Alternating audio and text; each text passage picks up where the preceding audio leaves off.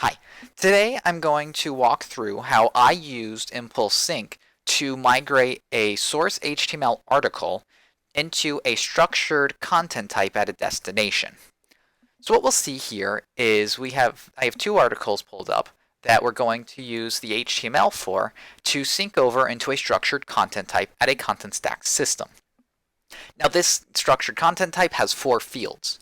The first field is title, we have body, date, and author. Now notice that these four fields all have a different field type. This first one is a string, the next one is a rich text, this one is a date field, and the author field is a reference field, which has a relationship from this article content to another author content. Now what we're going to see is that I have two jobs already created. I've already run this first align author job. And I'm going to go ahead and start this second job, HTML sync. And while this is running, walk through the configuration of both of these jobs.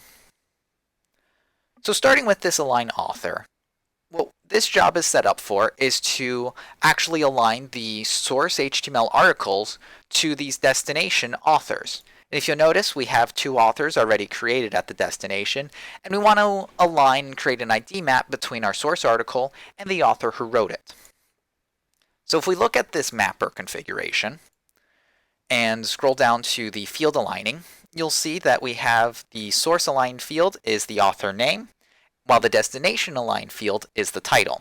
So as long as our source author name is an exact match to our destination title, Impulse will align these two contents and create an ID map between them. That way future jobs will be able to make use of that ID map. Now, before the aligner is fully ready to be run, what we need to do is actually parse the value that we're aligning off of and make sure that they align exactly. So the first bit of config here is because this job is really only meant for aligning and not actually migrating data, we're going to use this no deliver job option, where we won't deliver any content to the destination. We just want to use this job to align content.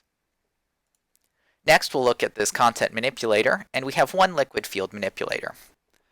Here we're creating the author name field, which is what we're aligning off of. And we're using a liquid template to take the HTML value and query for a tag that has the author and has bio class. We're going to take the text value and we're going to remove the timestamp class.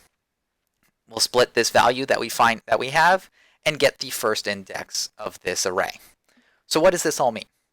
This means if we look at our source HTML, we're going to find the tag that has class author and has bio. We're going to remove the class timestamp, and we're going to take this value and split it off the comma. And we only want to grab the bill colony value. And this is the value that we're going to align off of. So when this job runs, we're going to align off that bill colony value from the HTML source to the name of the author at the destination. Now we'll take a look at the second job, the HTML sync. This is the job that actually runs and syncs the article to the destination. If we take a look at it, there's nothing special with the endpoint set up, so we'll look at the manipulators themselves. And here we'll see that we have four different manipulators, one for each field that we're adding. What we're going to do is this first manipulator has a liquid field to create the HTML title field. And we're using a liquid template to take the HTML value from the source and find the class or the tag that has the article header class. We're going to take this value and set it as the value for the HTML title.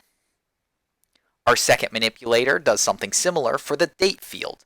So we're going to create the date field by querying the HTML source for a tag that has the author has bio and the timestamp class.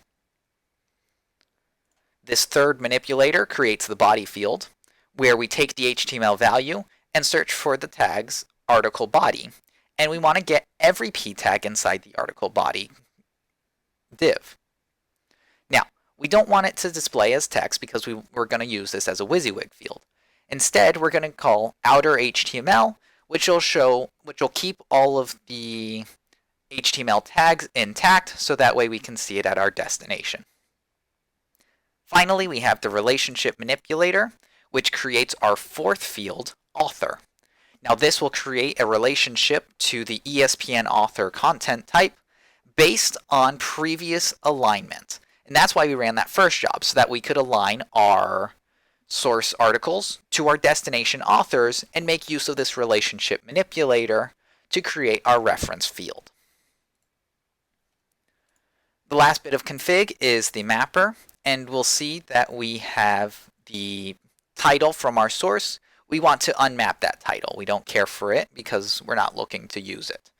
And our HTML title field that we created with our liquid manipulator is what we're going to set as our destination title field. Now we can go ahead and look at the destination itself, and we'll see that we have our two article contents. And if we look at this article content that we synced over, we can look for our four fields. And our first field here, we can see the title has the title from the article. The second field is our body with all of its tags, such as the strong and EMs and breaks. We can see the date field here, where it's 9/27/2023, and it's even converted to a UTC timestamp. And our author field has a relationship to the Ryan McKee author content.